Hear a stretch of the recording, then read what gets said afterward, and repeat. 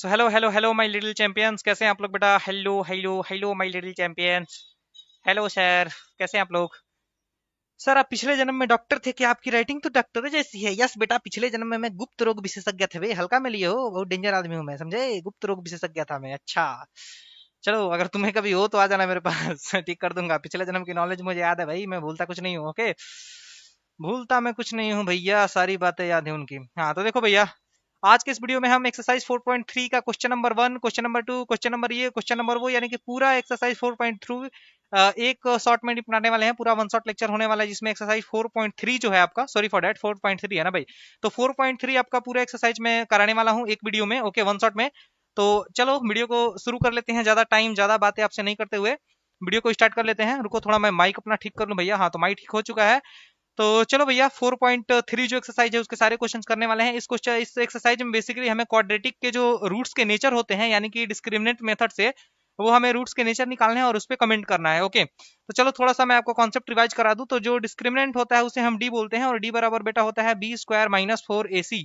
D बराबर होता है B square minus four A सी। हाँ, अंडर रूट वगैरह मत लगाना, वो क्वाड्रेटिक फॉर्मूले में आता है। ओके, और यहाँ पे बस मेनली दो ही कॉन्सेप्ट होते हैं। फॉर एग्जाम्पल पहला होता है, अगर डी ग्रेटर देन जीरो तो टू रियल रूट आते हैं। Two real and distinct roots. Distinct मतलब होता है अलग, distinct root, distinct roots. Okay, उसके बाद एक और कंडीशन आपकी आती है डी इक्वल टू जीरो की। तो डी इक्वल टू जीरो में क्या होता है, टू रियल एंड डिस्टिंक्ट नहीं होता। यहाँ पे दोनों रूट्स क्या होते हैं, एक दूसरे से भाईचारा निभाने लगते हैं, यानी कि इक्वल रूट्स। ओके, और तीसरा कंडीशन होता है बाबू आपका, तीसरा कंडीशन जो होता है वो होता है डी लेस देन जीरो, और डी लेस देन जीरो में आता है no real roots. Okay, no real, no real roots, ना रियल रूट्स, समझे? नारियल रूट्स आता है यहाँ पे, नारियल, नारियल रूट्स आता है। ओके, तो यही बस तीन कंडीशन हमें चेक करनी है सारे क्वेश्चंस में, और पूरा एक्सरसाइज इसी पे बेस्ड है। ओके, इसमें एक और तुम्हें थोड़ा सा मैं एडवांस कॉन्सेप्ट बताऊं जो कि क्लास 11th में तुम पढ़ोगे। डी लेस देन जीरो पे नो रियल रूट्स लिखा है, ये नहीं लिखा कि रूट ही नहीं होते, रूट तो होते हैं लेकिन वो रियल नहीं होते। कॉम्प्लेक्स रूट आता है, जब आप क्वाड्रेटिक फॉर्मूला लगा के सॉल्व करोगे तो आपको पता चलेगा कि यार इसके तो कॉम्प्लेक्स रूट आ रहे हैं। तो कॉम्प्लेक्स रूट जब आप कॉम्प्लेक्स नंबर 11th में पढ़ लेते हो तब जाके वो आप मतलब निपटाने लगोगे वैसे क्वेश्चंस पे, और वैसे क्वेश्चन 11th में काफी कॉमन हो जाते हैं। तो चलो बस यही था इस क्वेश्चन का कॉन्सेप्ट, इस पूरे एक्सरसाइज का कॉन्सेप्ट पूरा मैं बता दिया। तो बस क्वेश्चन नंबर 1 स्टार्ट कर लेते हैं। तो क्वेश्चन नंबर 1 क्या कह रहा है? क्वेश्चन नंबर 1 कह रहा है 2x का स्क्वायर माइनस 3x प्लस 5। तो सभी क्वेश्चन में सबसे पहले आपको क्या निकालना है, डी निकालना है। तो डी बराबर होता है B square minus four A C, यानी कि minus three square B square minus four A C, four into two into और फाइव। आई होप आपको ये तो सब पता हो भाई कि ये ए कौन सा, सी कि ए किसे कहते हैं, बी किसे कहते हैं, सी किसे कहते हैं। चलो मैं वही बता देता हूँ, पहले ये क्वेश्चन कर लूं। तो ये आ गया 9। ओके, और 9 माइनस ये क्या आ रहा है बाबू आपका? आ रहा है ये 40, 5 दूनी 10 और 40। तो 40 तो आप देख सकते हो जो डी है वो डी कितना आ रहा है, डी आपका निगेटिव आ रहा है, यानी कि लेस देन जीरो आ रहा है। ओके, निगेटिव आप समझ रहे हो ना भाई, माइनस इसको मतलब 9 में से 40 जाएगा तो कितना आएगा, 9 में से 40 जाएगा आपका माइनस 31 आएगा। तो माइनस 31 क्या है, निगेटिव है, निगेटिव। तो अगर ये निगेटिव है यानी कि जीरो से छोटा है, अगर ये जीरो से छोटा है तो इसमें हम क्या लिख देंगे, no real, no real, sorry यार रियल लिखे हैं, चलो ठीक है, no real roots, no real roots. अच्छा, ये वाला कॉन्सेप्ट जो मैं आपको अभी बोल रहा था कि ये वाला चीज आप जानते हो कि नहीं, तो चलो वो भी मैं जना देता हूँ भाई।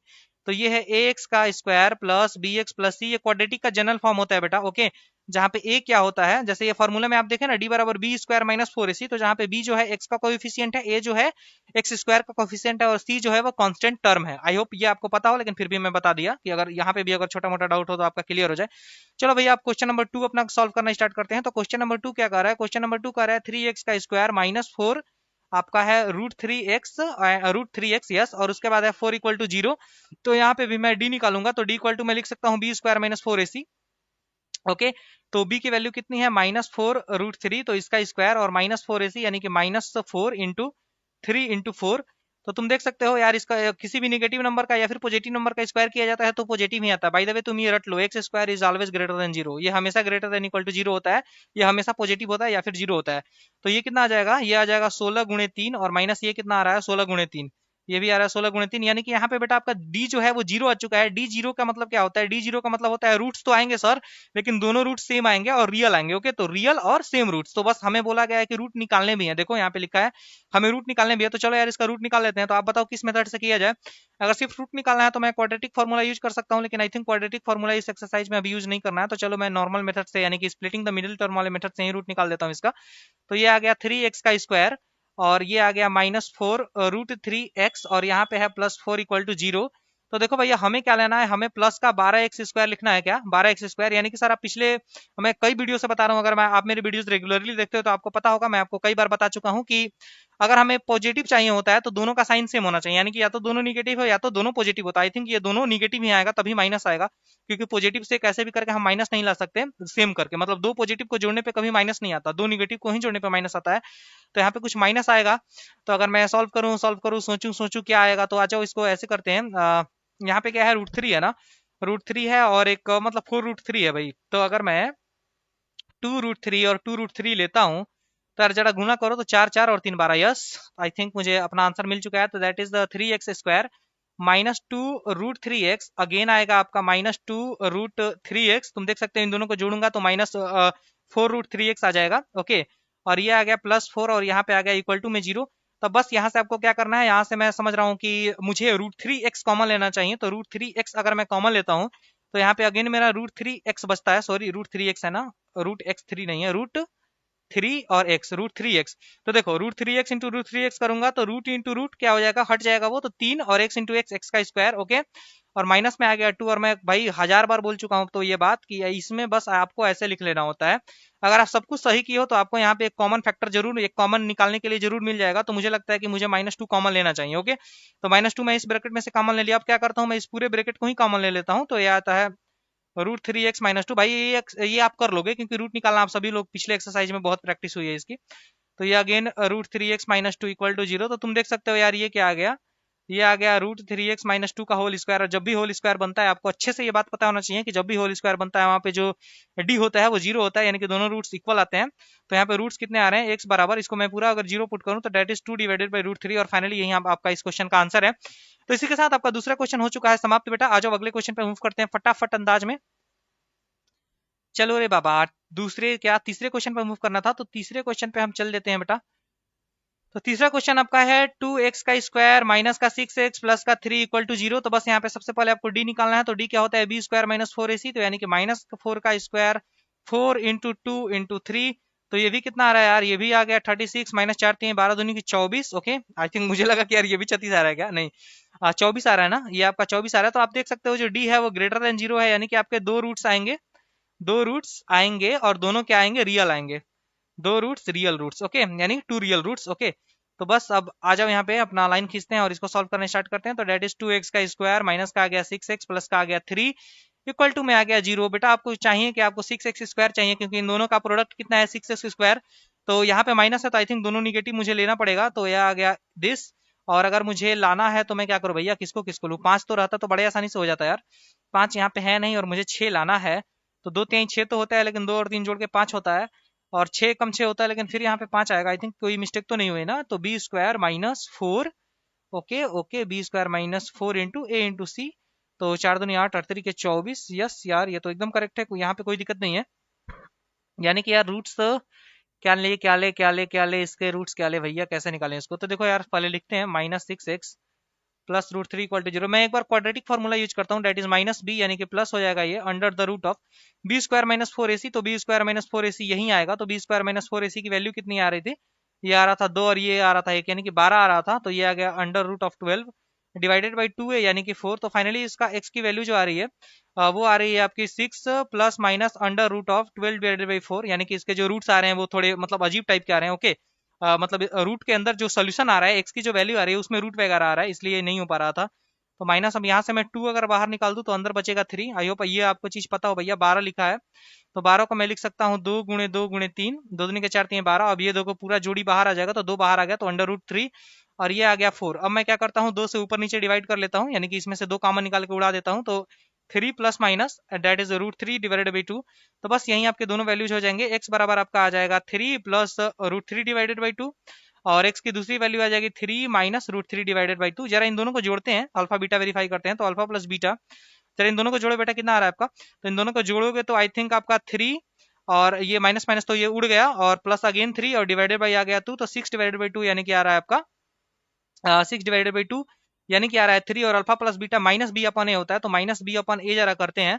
तो माइनस बी यानी कि 6 डिवाइडेड बाई 2। तो यस आपका पूरा वेरीफाइड हो चुका है, यानी कि यही दो सोल्यूशंस आने वाले हैं, यानी कि ये इस क्वेश्चन के आंसर हैं। ओके, तो यानी कि यहाँ पे मुझे भाई क्वाड्रेटिक फार्मूला लगाना ही पड़ा, और क्वाड्रेटिक फार्मूला अगर मुझे लगाना पड़ा तो मैं इस एक्सरसाइज में क्वाड्रेटिक फार्मूला अब आगे से यूज करूंगा, इससे ज्यादा आसानी से रूट्स आ जाते हैं। ओके, आई होप आपको क्वाड्रेटिक फार्मूला पता हो भाई। अगर मैं लिख दूं, चलो पूरा इसको मैं क्लीन करके एक बार क्वाड्रेटिक फार्मूला लिख देता हूँ, उसका भी रिवीजन आपको करा देता हूँ। तो देखो बेटा, क्वाड्रेटिक फार्मूला होता है एक्स बराबर minus B plus minus under the root of B square minus 4ac, okay 4ac divided by 2a। ये आपका क्वाड्रेटिक फार्मूला होता है, जहां पे अगर आप एक बार प्लस लेते हो तो x की पहली वैल्यू आएगी x1 आएगा, और एक बार आप माइनस लेते हो तो x2 आएगा, या फिर बोल लो कि एक बार प्लस लेते हो तो अल्फा आएगा और माइनस लेते हो तो बीटा आएगा। और आप सभी को पता है क्वाड्रेटिक के दो रूट होते हैं, अल्फा और बीटा।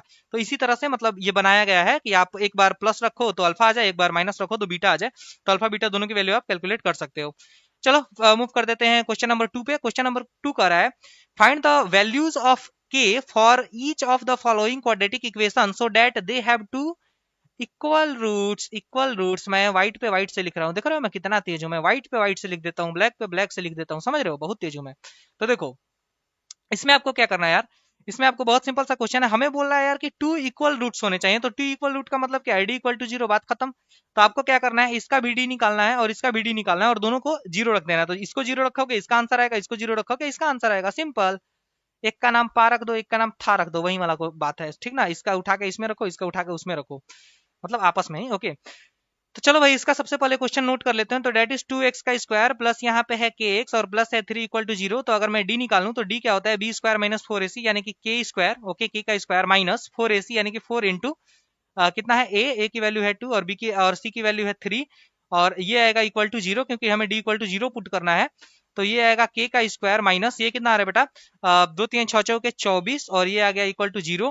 तो यानी कि k स्क्वायर बराबर मेरा आ रहा है 24। तो तुम लिख सकते हो k बराबर plus minus under the root of 24। तो तुम लिख सकते हो k equal two plus minus, अब इसमें से क्या कॉमन आ रहा है जरा देखते हैं, 4 इंटू 2 इंटू 4 दूनी के 8 और 3 के 24, तो 4 इसमें से 2 कॉमन आ रहा है। तो तुम k की वैल्यू लिख सकते हो k बराबर प्लस माइनस, इसमें से 2 आ गया बाहर और अंदर बचा 6, तो प्लस माइनस 2 रूट 6 पहले का आंसर हो गया। ओके, k की वैल्यू, और हमें क्या बताना था बेटा, हमें बस k की वैल्यू ही बताना था। तो k की वैल्यू हमने बता दिया।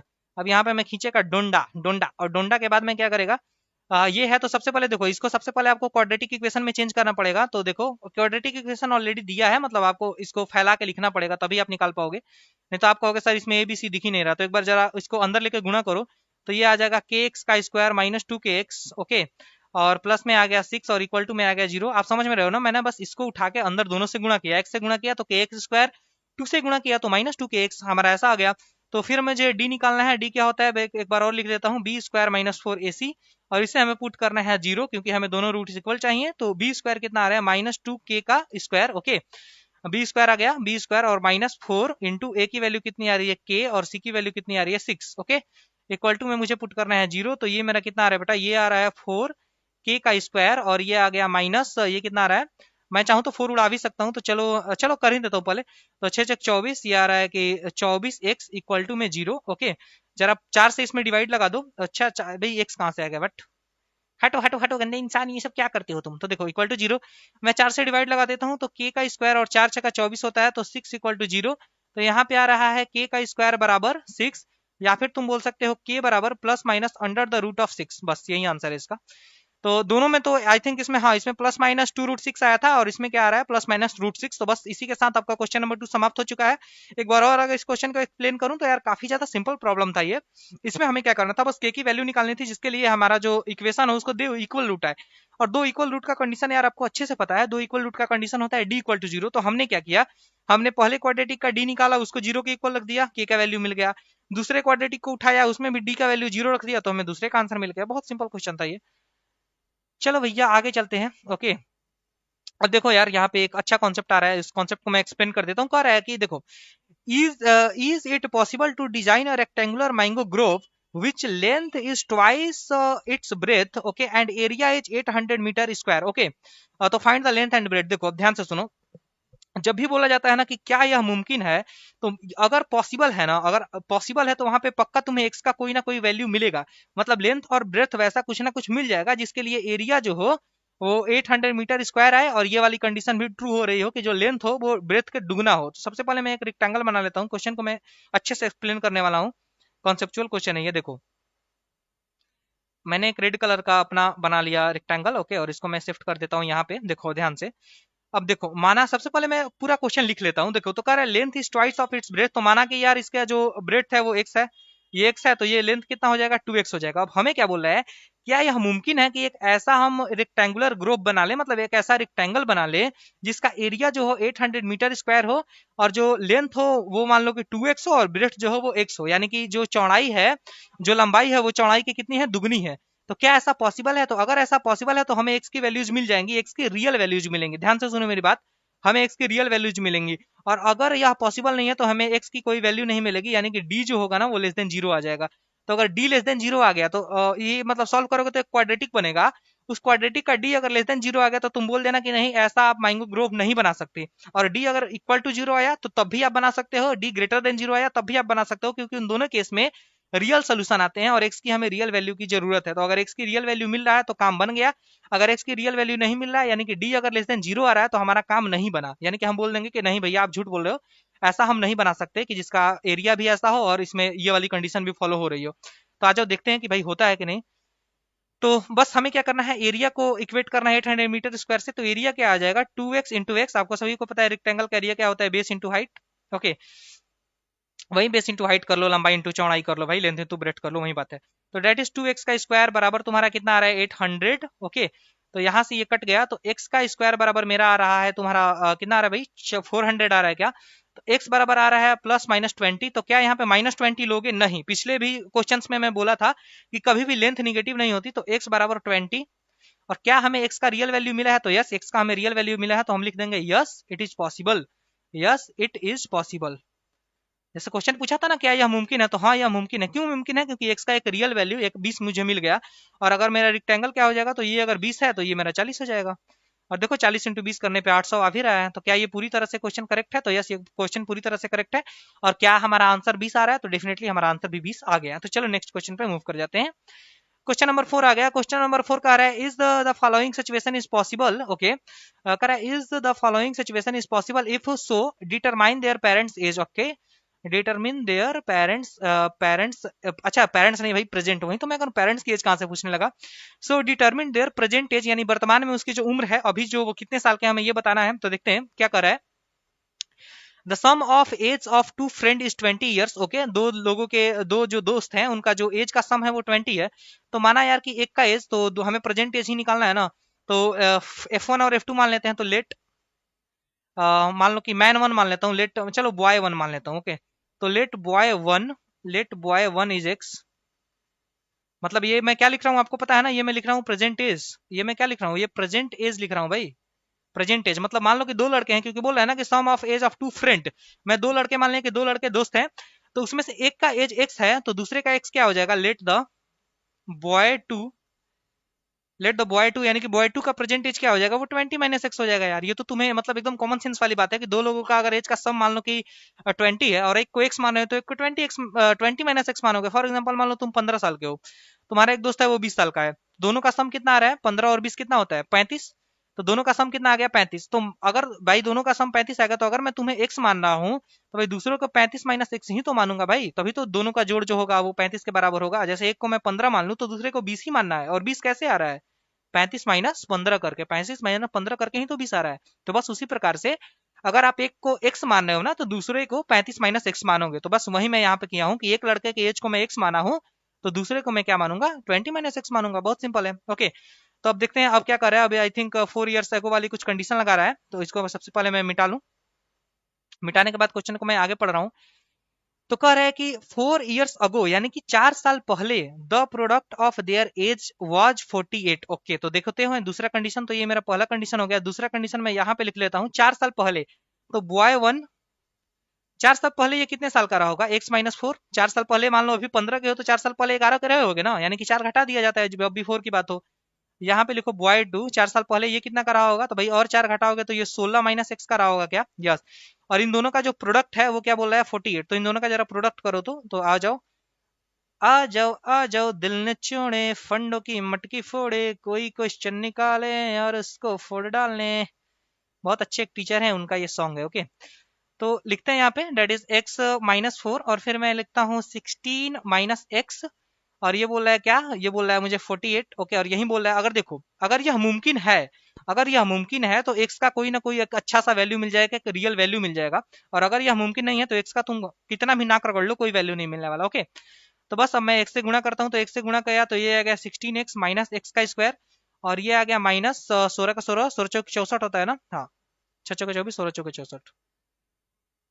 भाई मुझे पहाड़ों में बड़ा कंफ्यूजन रहता है, तो 16 चौक 64 हो गया, और माइनस माइनस प्लस आ गया 4x इक्वल टू में आ गया आपका 48। ओके, तो एक बार क्या करो आप, एक बार माइनस से पूरे इक्वेशन में गुणा कर दो ताकि ये एक्स का कोएफिशिएंट जो हो पॉजिटिव बन जाए। तो माइनस से मैं पूरा गुणा करता हूँ तो ये आ जाएगा माइनस 16x प्लस आ जाएगा एक्स का स्क्वायर, मतलब क्या होता है साइन उल्टा हो जाता है, बाकी कुछ नहीं होता। और ये आ गया प्लस 64, ये आ गया माइनस 4x, और ये आपका बेटा आ गया माइनस 48। ओके, बस यही होता है, माइनस से गुणा कर लिया तो ये आ गया एक्स का स्क्वायर।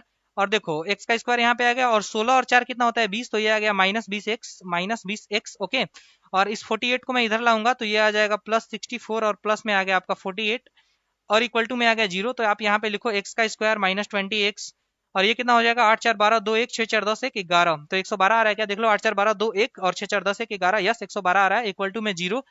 तो बस 20 को ऐसे तोड़ो कि मतलब गुणा करके क्या आ जाए 112 आ जाए, और जोड़ने के बाद क्या है वो माइनस 20x आए।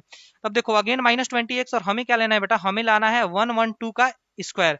तो ये क्या है पॉजिटिव, तो यानी कि या तो दोनों माइनस होंगे या तो दोनों प्लस होंगे, लेकिन इस केस में दोनों माइनस होंगे। दोनों इसलिए माइनस होंगे क्योंकि दो माइनस को जोड़ा जाता है तभी माइनस आता है, दो प्लस को जोड़ के कभी माइनस नहीं आता। तो मैं तुम्हें ये कॉन्सेप्ट कई बार बता चुका हूँ, जिससे अब ये तुम्हारे दिमाग में बैठ गया होगा कि कैसे सोचना है, कि हम कैसे मतलब सोचे कि इसका जो फैक्टर कैसे लेंगे और फैक्टर का साइन कैसा होगा वो कैसे सोचे, मैं वो अभी आपको बताया। ओके, तो अगर मैं यहाँ पे लिखता हूँ 1 1 2 112, तो ये भैया है 112 यानी 112।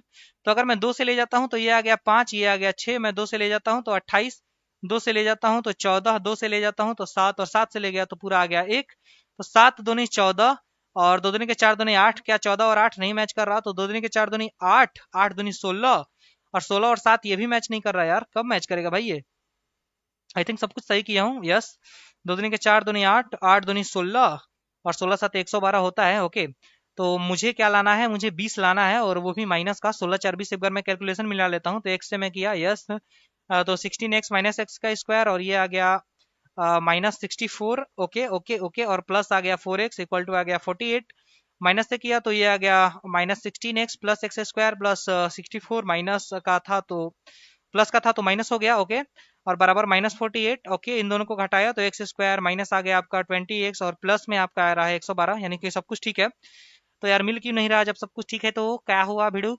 7 दूनी के 14, और ये क्या आ रहा है 8, तो यार ये तो 22 आ रहा है। 2 दूनी के 4 दूनी 8, ये तो 22 आ रहा है। 7 दूनी 14 दूनी 28, ऐसे भी नहीं होने वाला। आई थिंक 2 दूनी के 4 दूनी 8 दूनी 16।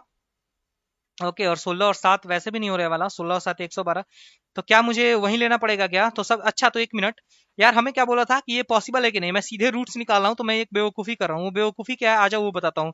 वो बेवकूफ़ी है कि ये भी तो हो सकता है यार कि ये पॉसिबल ही ना हो, और पॉसिबल ना हो तो रूट ही ना आए, मतलब रियल रूट ना आए।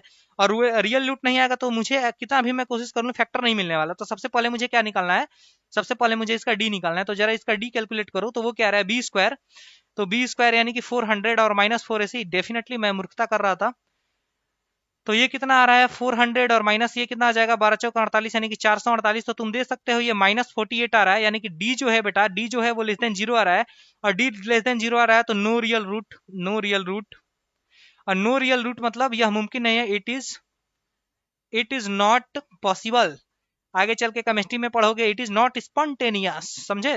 तो इट इज नॉट पॉसिबल, तो ऐसा ये मुमकिन नहीं है, तो हम बोल देंगे कि इट इज नॉट पॉसिबल। तो यानी कि ये जो है भैया ये केस मुमकिन नहीं है। तो लिख दो भैया नोपो, नोपो, नोपो, नोपो।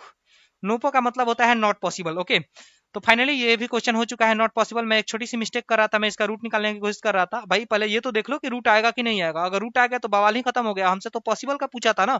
तो जब भी आपको पॉसिबल इम्पॉसिबल चेक करना हो तो आपको क्या करना है, सबसे पहले डी निकालना है। फॉर एग्जाम्पल पिछले क्वेश्चन में भी मैं डायरेक्टली ही कर दिया, क्योंकि पिछले क्वेश्चन में मुझे दिख रहा था कि भाई वो आ जाएगा।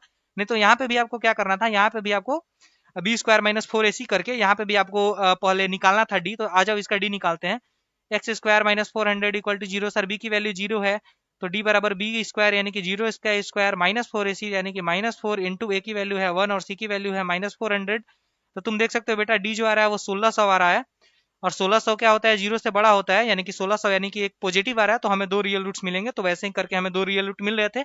वो अलग बात कि एक रूट को हमें रिजेक्ट करना पड़ा क्योंकि लेंथ कभी निगेटिव नहीं होती। ओके, तो इसी के साथ क्वेश्चन नंबर 4 आपका खत्म। क्वेश्चन नंबर 5 पे चलते हैं। तो क्वेश्चन नंबर 5 देखते हैं आपका क्वेश्चन नंबर 5 क्या है। और आई थिंक इसमें इतने ही क्वेश्चन है क्या, तो एक बार मैं मैच कर लेता हूँ। आई थिंक इतने ही क्वेश्चन होने चाहिए। चलो पहले देख लेते हैं, क्वेश्चन नंबर 5 सॉल्व कर लेते हैं, उसके बाद और होगा तो और करा दूंगा भाई। It is possible to design a rectangular park of perimeter 80 meter and the area is what? area कितना आ रहा है, 400 मीटर स्क्वायर। अगर इफ सो, अगर पॉसिबल है तो find the length and breadth. तो फिर से वही क्वेश्चन है जैसे कि पिछला क्वेश्चन हमने उसमें किया था। तो पिछला क्वेश्चन जैसे उसमें किया था एकदम एग्जैक्टली हमारा भाई एकदम लड़ गया क्वेश्चन। तो आ जाओ ऐसे बना लेते हैं रेक्टेंगल। तो ये बोल रहा है कि एक रेक्टेंगुलर पार्क है जिसका पेरीमीटर, यार पेरीमीटर तुम्हें अच्छे से पता होगा, पेरीमीटर होता है 2 into length plus breadth. Perimeter ये वाला लेंथ, ये वाला लेंथ, ये वाला लेंथ और ये वाला लेंथ सभी को जोड़ना है। तो मान लो कि इस पार्क का जो चौड़ाई है वो बी है, और मान लो इस पार्क का जो लेंथ है यानी कि जो लंबाई है वो एल है, और जो चौड़ाई है वो बी है, यानी कि ब्रेथ जो है बी है। तो जब पेरीमीटर निकालना होता है तो पेरीमीटर का मतलब क्या होता है कि यहाँ पे एक रस्सी बांधो, इस कोने पे जाओ, फिर इस कोने पे जाओ, फिर इस कोने पे जाओ, और फिर यहाँ पे आ जाओ, और फिर उस रस्सी को खोल के उसका लंबाई नाप लो, जितना वो लंबा है वही इसका पार्क का पेरीमीटर हो जाएगा। आई होप इससे सिंपल पेरीमीटर मैं आपको नहीं समझा सकता हूँ, मैं आपको समझा दिया। तो क्या हो जाएगा, यहाँ से यहाँ अगर बी है तो ये वाला डिस्टेंस भी बी हो जाएगा क्योंकि पैरेलल लाइन से और दोनों क्लोज्ड हैं। और ये अगर एल है तो ये भी एल हो जाएगा। तो टोटल कितना आ रहा है, टोटल आएगा 2l प्लस 2b। और इसीलिए फॉर्मूला जो पेरीमीटर का आता है वो क्या आता है, 2 ब्रैकेट में l plus B. I hope ये आपको अच्छे से क्लियर हो गया। चलो छोटा सा कॉन्सेप्ट था भाई, इसको भी मैं एक्सप्लेन कर ही दिया, सोचा कि जब सब एक्सप्लेन कर रहा हूं तो ये क्यों थोले। ओके, तो अब मुझे मानना पड़ेगा भाई। तो एक काम करते हैं, मानता हूं कि मैं ब्रेथ को मान लो मैं एक्स मान लेता हूं। तो मैं ब्रेथ को क्या मान लिया, एक्स मान लिया। ओके, अब ब्रेथ को मैं एक्स मान लिया तो मुझे दिया है 2 into x plus L equal to 80 metre, 80 metres, यही तो दिया है ना, ये एल है और ये क्या है, ब्रेथ को मैंने एक्स मान लिया। तो पहले एल की वैल्यू तुम निकालो ताकि मैं एक ही वेरिएबल में गेम खेल सकूं, क्योंकि मैं बार बार बोलता हूँ क्वाड्रेटिक का मतलब एक वेरिएबल। तो ये आ रहा है एक्स प्लस एल बराबर 40 आ रहा है क्या, ठीक है। काट लिए 2 से तो ये आ गया 40। तो एक्स प्लस एल बराबर 40। तो एल बराबर क्या आ रहा है बेटा, एल बराबर 40 माइनस एक्स आ रहा है। तो बस अब यहाँ पे एल की वैल्यू रख लो 40 माइनस एक्स। क्या अब ये क्वेश्चन एक वेरिएबल में आ चुका है, क्या लेंथ को भी हम एक्स के टर्म्स में लिख चुके हैं, क्या ब्रेथ को भी एक्स के टर्म्स में लिख चुके हैं, क्या ये क्वेश्चन अब क्वाड्रेटिक का बन सकता है, डेफिनेटली बन सकता है। तो आ जाओ अब इसको क्वाड्रेटिक का बना लेते हैं। तो हमें क्या बोल रहा है कि एरिया जो है 400 मीटर स्क्वायर है। चेक करते हैं भाई, तो एरिया क्या होता है, एक्स इंटू 40 माइनस एक्स और बराबर में आ गया 400 मीटर। ओके, तो ये आ रहा है 40 एक्स माइनस ये आ रहा है आपका एक्स का स्क्वायर। ओके, और बराबर में आ रहा है आपका 400, माइनस से गुणा कर लो क्योंकि एक्स का कोएफिशिएंट मुझे पॉजिटिव बनाना है। या फिर एक काम करो, पूरे को इसको पूरे को इस साइड ला दो, राइट साइड ला लो। तो राइट साइड लाओगे तो क्या आएगा, एक्स का square minus 40 x plus 400 equal to 0। अब देखते हैं क्या ये पॉसिबल है। तो पॉसिबल की कंडीशन कैसे चेक करनी है बेटा, पॉसिबल की कंडीशन आपको सिर्फ एक कॉन्सेप्ट लगा के चेक करना है, और वो कॉन्सेप्ट क्या है, बी स्क्वायर माइनस 4ac, यानी कि डी अगर डी पॉजिटिव आ रहा है या फिर 0 आ रहा है तो पॉसिबल है, डी निगेटिव आ गया तो पॉसिबल नहीं है। कुल मिला के एक लाइन में बोलूं, एक बार शांत हो जाओ, शांत हो जाओ, शांत हो जाओ, हो गए। एक लाइन में मैं बोलता हूं, एक लाइन में बोलूं कि अगर डी निगेटिव नॉट पॉसिबल बाकी सब possible, D negative not possible बाकी सब पॉसिबल। अगर डी निगेटिव आ गया तो मुमकिन नहीं है, डी जीरो आ गया तब भी मुमकिन है, डी ग्रेटर देन जीरो आ गया तब तो बहुत अच्छे से मुमकिन है। ओके, और यहाँ पे मुझे दिख रहा है यार 20 और 20 20 20 का गुणा करके 400 आता है। तो मुझे मैं डी नहीं निकालने वाला, मुझे दिख रहा है कि इसके रूट्स हैं। तो एक्स स्क्वायर माइनस अगर मैं 20x और माइनस 20x और प्लस 400 इक्वल टू मैं जीरो करता हूं तो देखो यहाँ से कॉमन निकल गया, एक्स को मैं लिया तो एक्स माइनस 20, आंख बंद करके यहाँ पे भी एक्स माइनस 20 ले लो इक्वल टू जीरो। अगर सब सही किया हूं तो मेरा यहाँ पे एक फैक्टर मिल ही जाएगा, और मुझे माइनस 20 का फैक्टर मिल भी गया। तो एक्स माइनस 20 का आ गया होल स्क्वायर। ओके, तो एक्स माइनस 20 का होल स्क्वायर आ रहा है क्या, तुम देखो। तो एक्स माइनस 20 का होल स्क्वायर, तो फाइनली यहाँ से एक्स की जो वैल्यू आ रही है उसको जीरो पुट करोगे तो जीरो पुट करने के बाद एक्स की वैल्यू आ रही है 20। सर आप डी क्यों नहीं निकाले, बेटा मैं डी बस इसलिए नहीं निकाला क्योंकि मुझे साफ साफ दिख रहा है कि इसके रूट्स आ रहे हैं, और अगर रूट्स आ रहे हैं इसका मतलब क्या है, डी पॉजिटिव है या फिर जीरो है, और डी अगर पॉजिटिव है तब भी मुमकिन है, और डी अगर जीरो है तभी मुमकिन है, इसलिए मैं डी नहीं निकाला, मुझे डायरेक्टली दिख गया। तो एक्स इक्वल टू 20, तो हमें क्या निकालना भी था, क्या यस हमें लेंथ और ब्रेथ निकालना था। तो ब्रेथ को हम एक्स माने थे तो ये हमारा 40 आ जाएगा, और लेंथ को हम क्या माने थे 40, लेंथ को हम क्या माने थे 40 माइनस एक्स माने थे। तो 40 माइनस एक्स करोगे, अरे यार एक्स 20 आ रहा है ना भाई, क्या करते यार, क्या गुंडा बनोगे तुम।